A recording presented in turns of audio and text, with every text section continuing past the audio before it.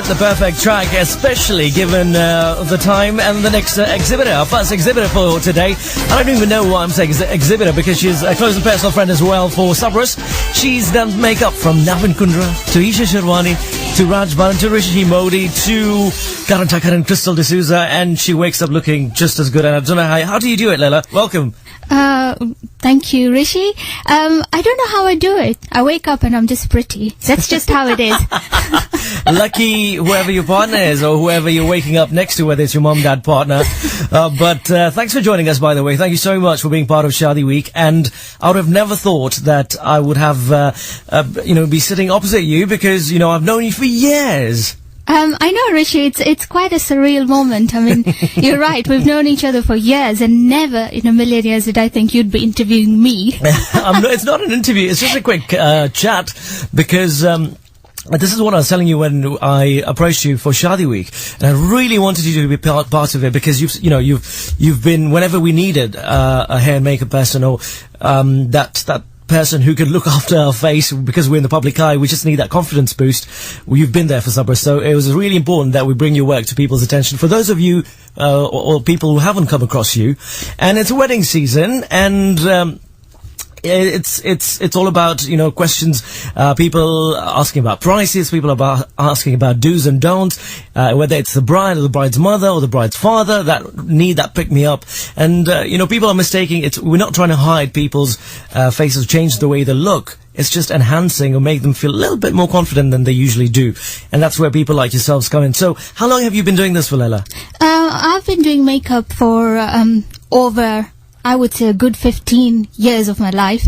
I did my first ever bride when I was only 14, and it was quite a shocker, because I always knew how to apply makeup, because I'm an artist as such. And you're a baby doll. No. But I was personally never allowed to wear makeup till I was married, because that's how it was back then.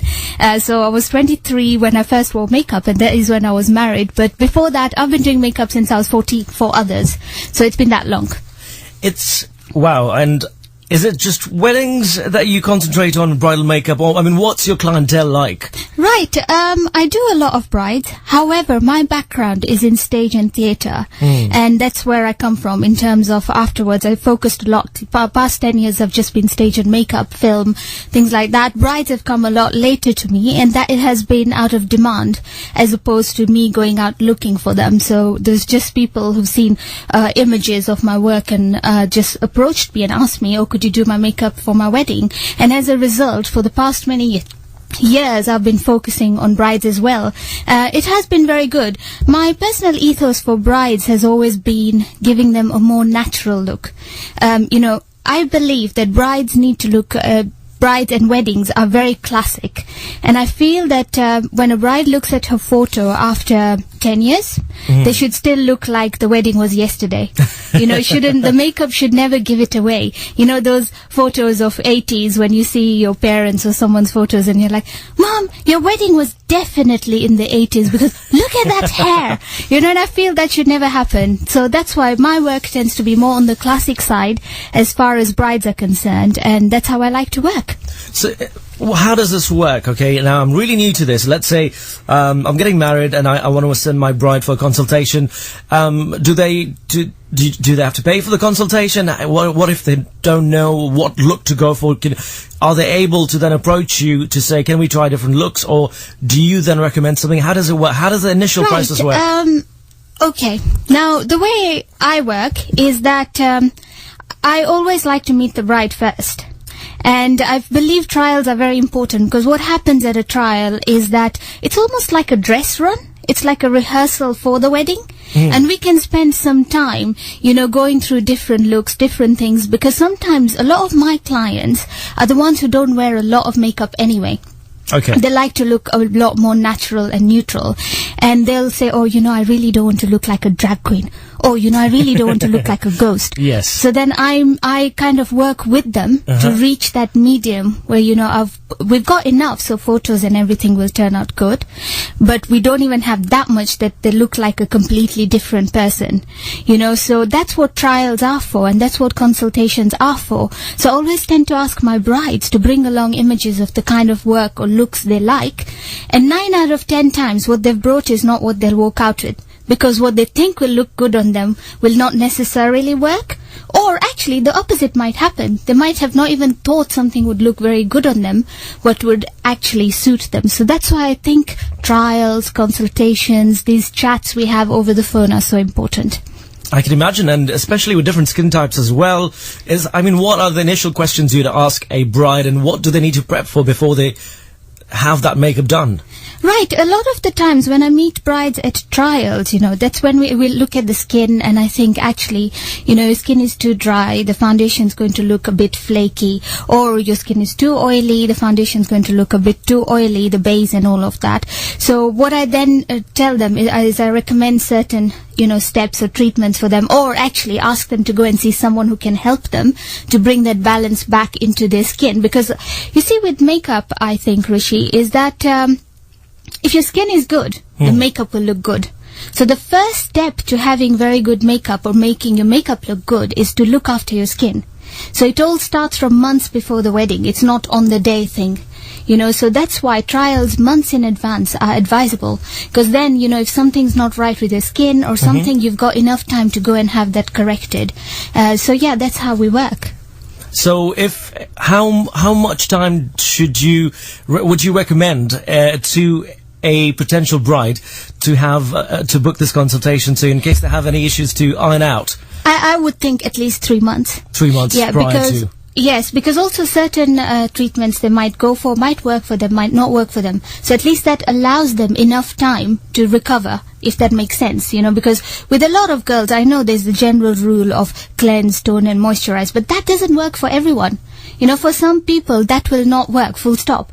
And they might go away and say, actually, I'm getting married, yay. I'm going to go to the counter in Debenhams, yay. And I'm going to pick a few things and I'm going to look great, and they'll try something and it will probably not work at all. So at least they will, if they've allowed enough time for their trials and before the wedding, before they try all of this, at least they have enough time for their skin to recover, and go back to normal before we come to the wedding day and the skin looks amazing again. I'm glad you pointed out that, because since this morning I've been asking people to send questions, and yesterday we've been posting through Twitter and Facebook, and I've got a question here from Alka. She says, Rishi, I'm really confused. I don't know if you can ask this question to Phlik Makeup. I get all sorts of mixed review, not reviews, but advice is go and have microdermabrasion done, or have facials done just the night before the wedding. Some people say it's a big no-no. What am I meant to do?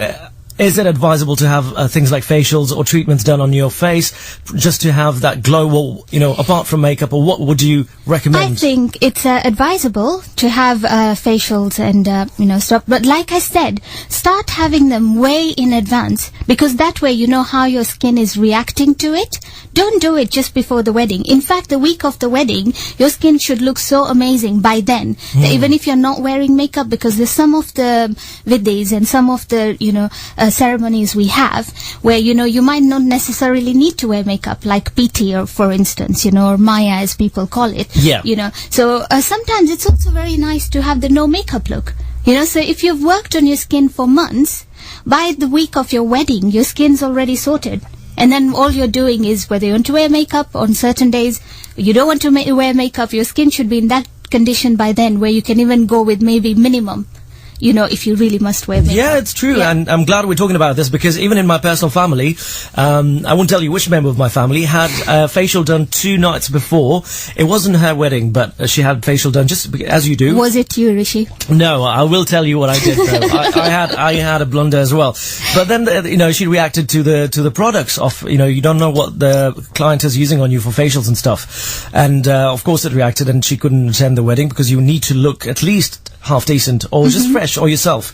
So it's important that we've touched up on that. But talking about sensitive skin, and how do you then deal with allergies, or if obviously you're going to be asking them if they're allergic to anything, or skin conditions like vertigo. Is it vertigo they call it? Vitiligo. Vitiligo, sorry. Yes, and again, our trials come back into play, and trials way in advance as well. Because if you've had your trial, then at least at the trial we're aware of some of these conditions, especially allergies. You know, that's very important. And most makeup artists will ask you whether you're allergic to certain products or if you're allergic to any kind of makeup, and they'll try to avoid that, you know, and look for alternatives.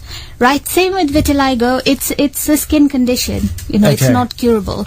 What you know, this is going to sound very interesting, Rishi. I once had a bride who had vitiligo, and this is very early in my career, and I thought, oh, she wants to have it all covered, just paste her, you know. And actually it was the opposite. Okay. You know, she actually said, no, I still want to look like me. You know, so I want makeup, but I don't want to completely look like, you know, I don't have vitiligo, or, you know. With a lot of girls, you know, other brides as well I've done in the past where they have scars on their face and they've gone, no, actually, this is, when my boyfriend met me, I had these scars already. Yeah. So I don't want to look one-dimensional. I know I'll contour and stuff, but still, if that makes sense, you know. So it again goes with your client's preference, and it goes with what they are after. Some of them might actually want it to all look like even, you know, the skin to look even. So it all depends on your client's preference. And I always say to my brides, it's very important you're happy with what you're getting out of our trial and getting out of your makeup on the day. Because you could have gone and spent £30,000 on your wedding. If you don't feel you look good, you're not going to be happy on the day. And that money will not be worth being spent, because a lot of it boils down to how you look and feel on the day. So as a makeup artist, I believe it's my job not only to, you know, put makeup on someone, but it's also my job to make sure they feel confident, they feel happy, and if they feel confident not covering all their scars, then it's up to them. You know, it's their wedding really at the end of the day, not mine, if that makes sense. No, that's where it really plays a huge importance, is not only having that talent to apply makeup, but your personable skills and how you understand your client and that person, and having that personal touch to it.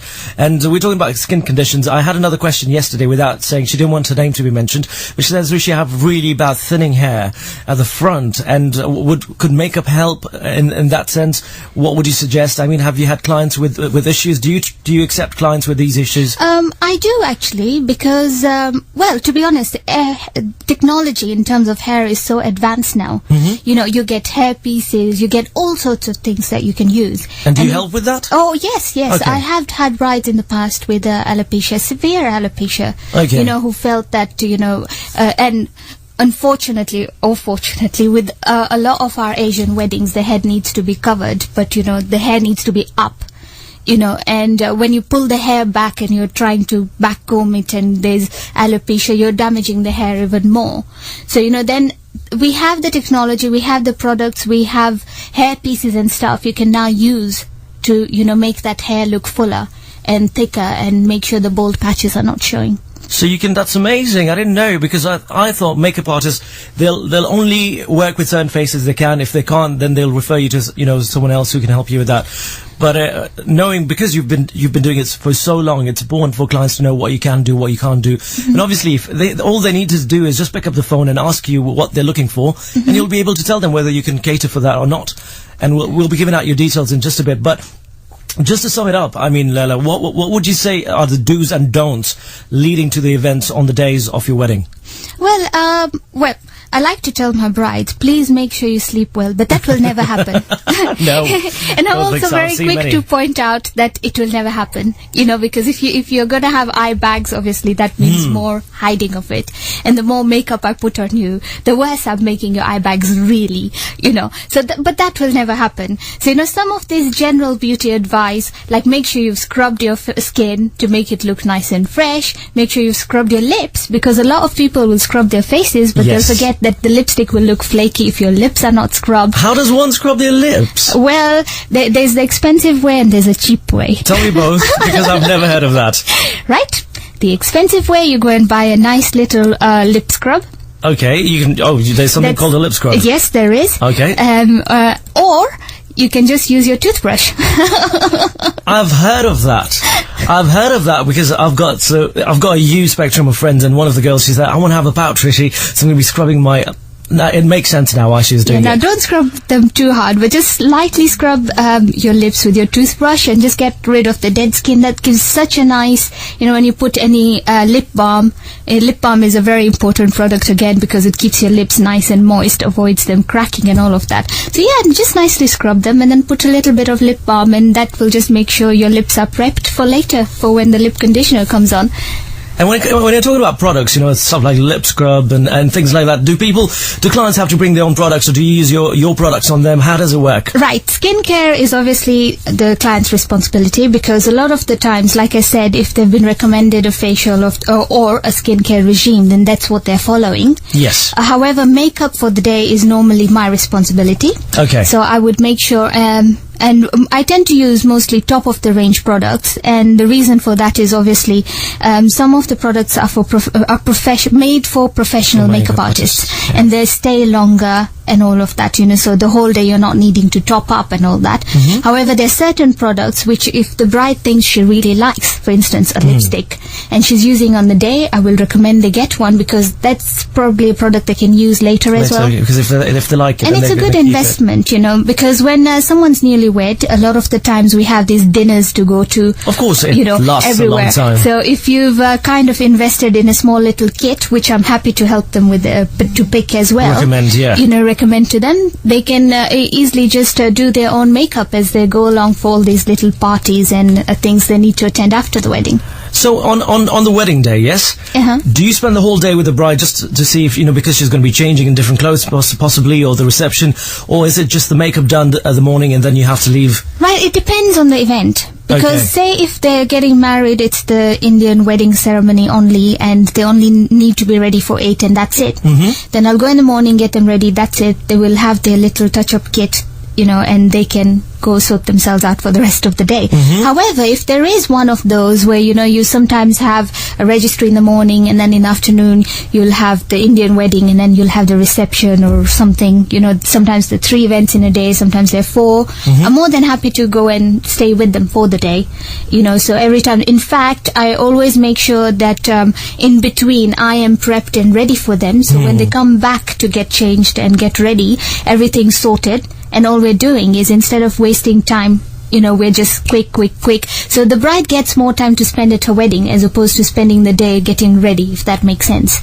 So that's why, again, back to where we started, trials are very important. Because if we've agreed on every look, and I tend to make very comprehensive notes of everything we're doing, then it's very easy. It's actually very achievable, and it's fun.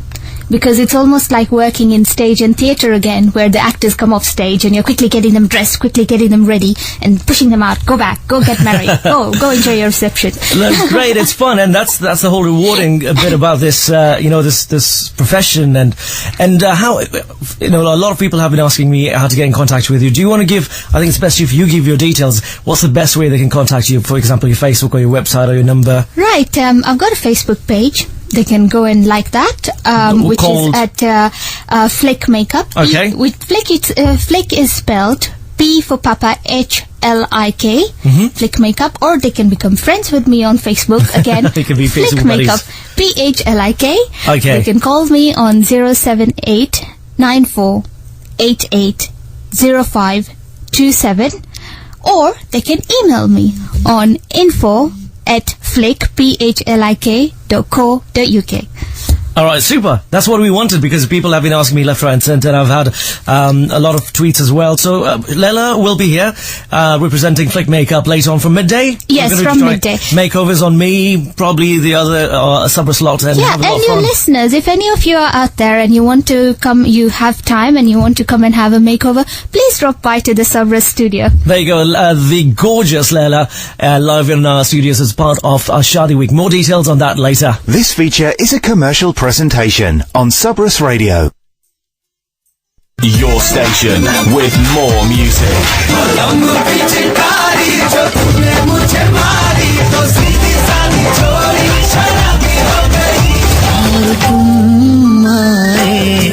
और तुम पाए दिल में ये कहा है दिल से. Your Sabras 24/7.